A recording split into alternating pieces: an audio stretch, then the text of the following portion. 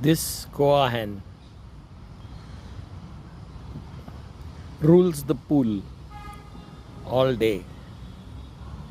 She hunts for small fish and insects in the water.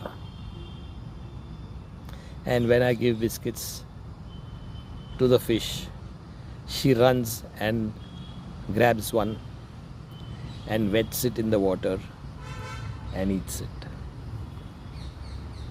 She gives 2 or 3 babies, 4 in fact this year, every year. Of course, it could be another hen altogether. But now it's evening and I am going home, and I leave her to her pond,